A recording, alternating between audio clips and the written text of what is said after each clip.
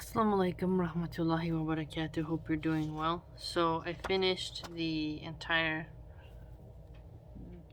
Prince Harry and Meghan Markle series. I wanted to watch it because I wanted to see if my understanding of them was accurate and if what people were saying about them was true. And I can say that I definitely learned a lot more than I thought I would. It had some cringy aspects to it, don't get me wrong. But overall, I feel like I got a lot of lessons from it in terms of how I judge people without really knowing them when they're a celebrity, in terms of suffering. And I do find it quite fascinating how when I was seeing some of the harsh tweets people were making about them, or on Instagram posts, or just basic social media posts, people were discounting Meghan's suffering and contemplation of ending herself because she's privileged. And I myself, I admit, I am guilty of thinking that rich people cannot really complain about suffering because they have the ability to alleviate that far better than you and I.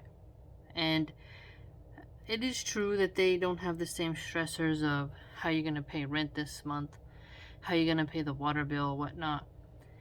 But they do have a different kind of stress. It's almost like they are stressed inside a golden cage. And Allah subhanahu wa ta'ala can tap anyone with suffering, regardless of their luxury status.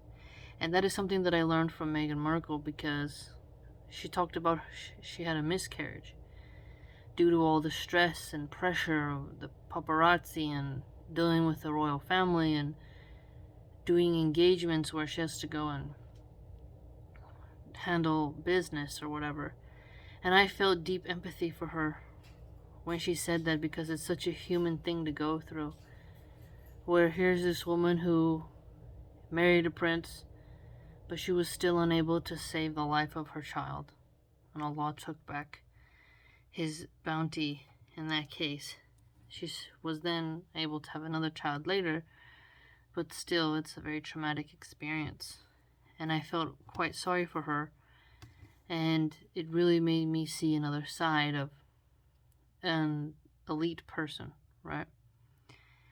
And she further talked about how she lost her dad in terms of the relationship, that he was letting people pay him to do like fake photo ops, which got me to thinking about how when you get to a certain level of fame, your own family can turn against you in ways that you never suspected.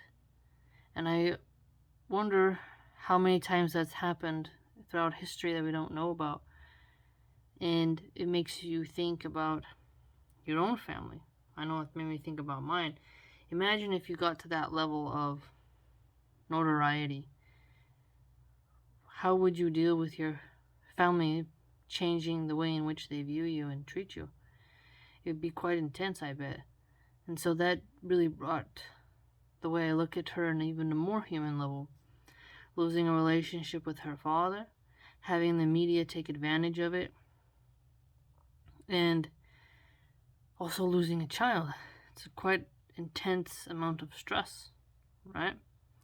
She wrote her dad a letter, which I thought was a bit reckless to send something that valuable through the mail, but apparently she said that he wasn't responding to texts, and other people were responding claiming to be him when they weren't, because of the way in which he was speaking.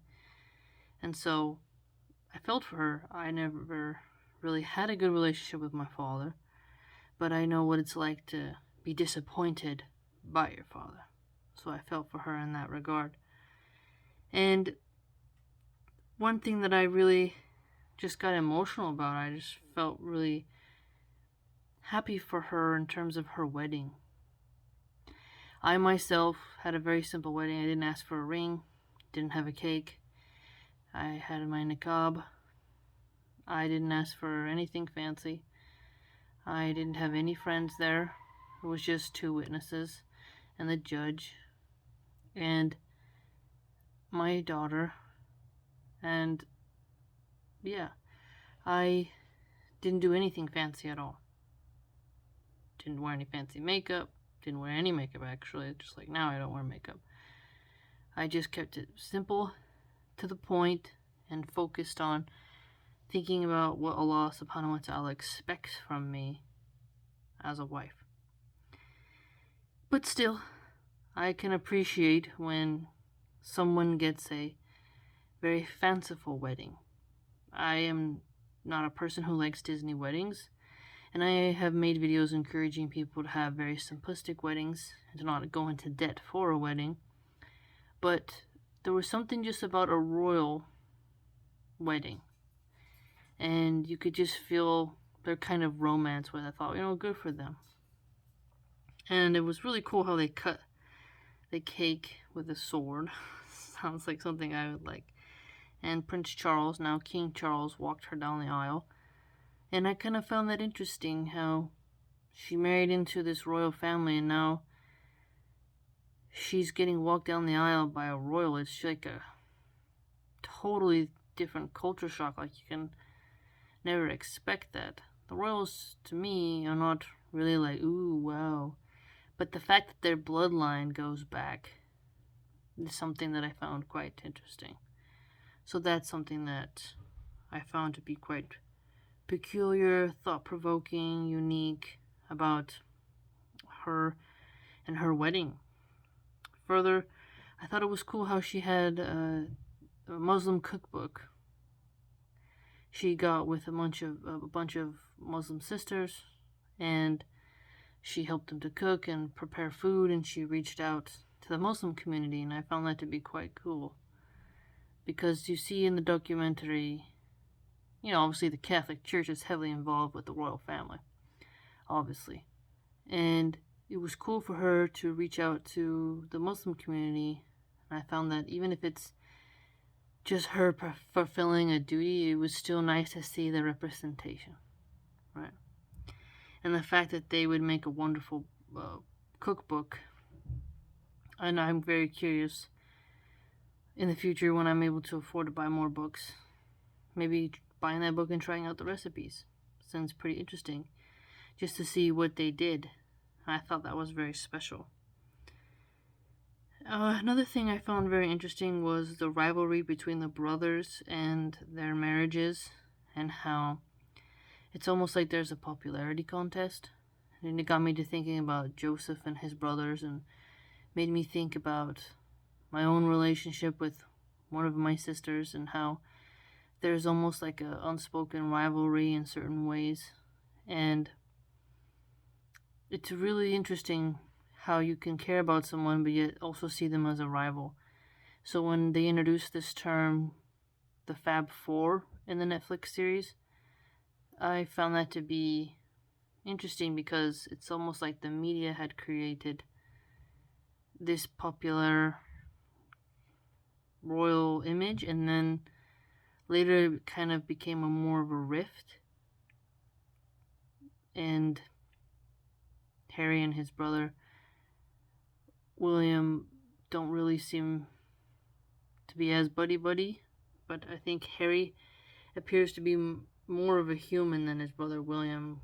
His brother William kind of comes off as more robotic, whereas the more Harry talked in the documentary, the more human he was, and the more I believed, like, okay, to me I see him as like I don't like using alpha, beta, and gamma language, but I see him as a man who stands kind of behind his woman. There was like that viral magazine cover where he's standing behind her, having her back, which, there's a lot of symbolism in that from a feminist, atheistic perspective. And I think I can judge that, but at the end of the day, I can still say I think he actually probably really loves her. Gets irritated probably with some of her antics and stuff like that, like we all do. But it is, again, not fair just to blame the woman, because it is him who had to propose, right?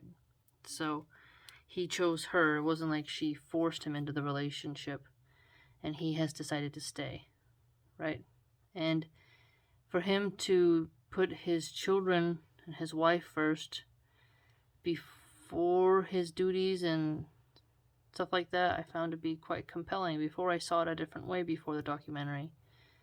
I saw it as like she was a homewrecker and she was there to purposely sabotage an ancient institution. But now I see like they were trying to escape from just all that paparazzi pressure. And the popularity rivalship between the couples of comparing Kate and Meghan probably was tiresome. They probably just wanted to get along. It seems like the media wanted to fuel a sort of rivalship in order to sell papers, not thinking about the real world damage it could cause. I found that to be interesting. And another thing I noticed was she didn't do the traditional giving birth and then going and presenting the baby at the same location that Elizabeth, Diana, and Kate did. And so people got mad at her for that, and I kind of felt sorry for her that the English people think that they could get to tell a mom like just what to do in terms of what she gets to celebrate with her baby and how the public can think they can just boss a mother around. And I always wondered like how miserable to have to give birth and then go right to the public after, when you want to lay down and rest, and how you're trying to make it seem like you're all fine when you want to take a nap, eat, and just heal. But you got to put all that makeup on and dress and heels and then smile. It's like it would be very exhausting, and I appreciate that I don't have to do that. That's one thing I think we normie women should appreciate, is that some of us get to just relax, breathe, hibernate, right, in a way, and heal from our pregnancies. Whereas someone who's royal has to be thrust out there and put to trial for the abusive public who will never be satisfied and who will always try to find something wrong. And I just thought about her, about dealing with all that stress of the terrible media while you're healing and not sleeping and all the hormones raging through your body because you just had a little one. And you're trying to enjoy every moment you can with your little one, and then society is just hounding on you. It just seems like a nightmare. Oftentimes, we fetishize princesses and royals, but we never really think about the downside of it, what it must have been like. We watch it in movies, yet when we see it in a real life situation, we forget and we kind of turn into monsters. It's fascinating because I kind of have more empathy for that couple now. Further, I thought it was interesting how it was Tyler Perry, an actor in Hollywood, who became the godfather of their child and who housed them because the royal family took away their security funding. And I thought it makes sense that they would get their security pulled because you're not doing those type of performances. But I thought if Harry or Meghan get their life ended, how would the royal family feel? And then I was looking at their kid, Meghan and Harry's children, right?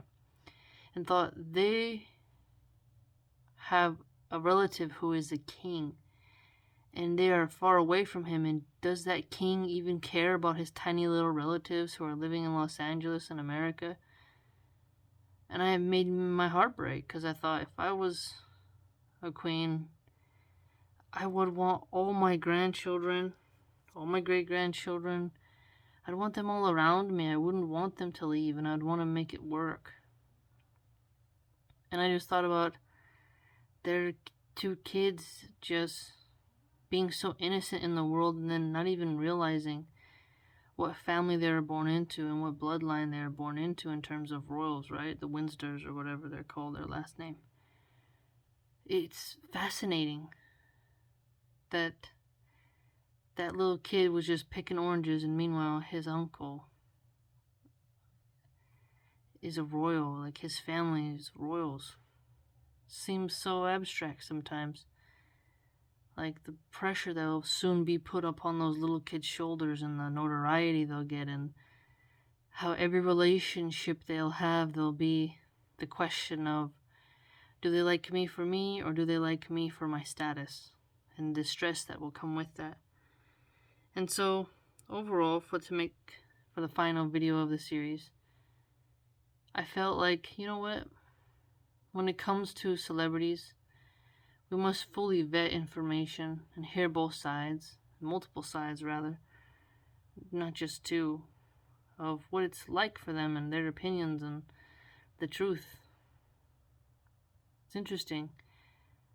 I didn't really expect to have some of my opinions changed, but I don't think they're perfect, mind you, and I don't think someone's more special because they're a royal, but I do think that amount of having to smile and always be perfect and always have to be everything just right, stuff like that, that kind of focus, energy on you all the time would be just nauseating for me personally. And having everything you do criticized, down to your dress, everything, anything, just criticized constantly. I mean, think about the madness that could drive someone to. So, I guess what I'm trying to say is, I look at them differently now. Not Kate or William or any of the other royals, but specifically Meghan and Harry's relationship. You know? How they feel. And then at the end also, the Commonwealth has other races in it.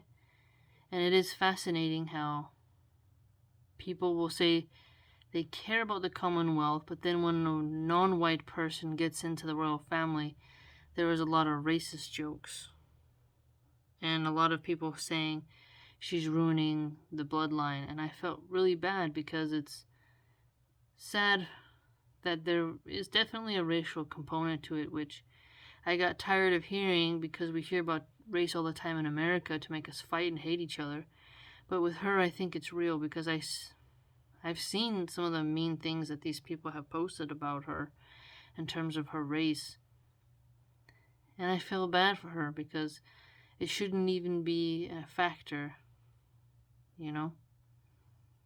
So we'll see what happens in the future with that couple and how their children perform. But I wish them all the best, and may Allah guide them to Islam and help them to see the straight way.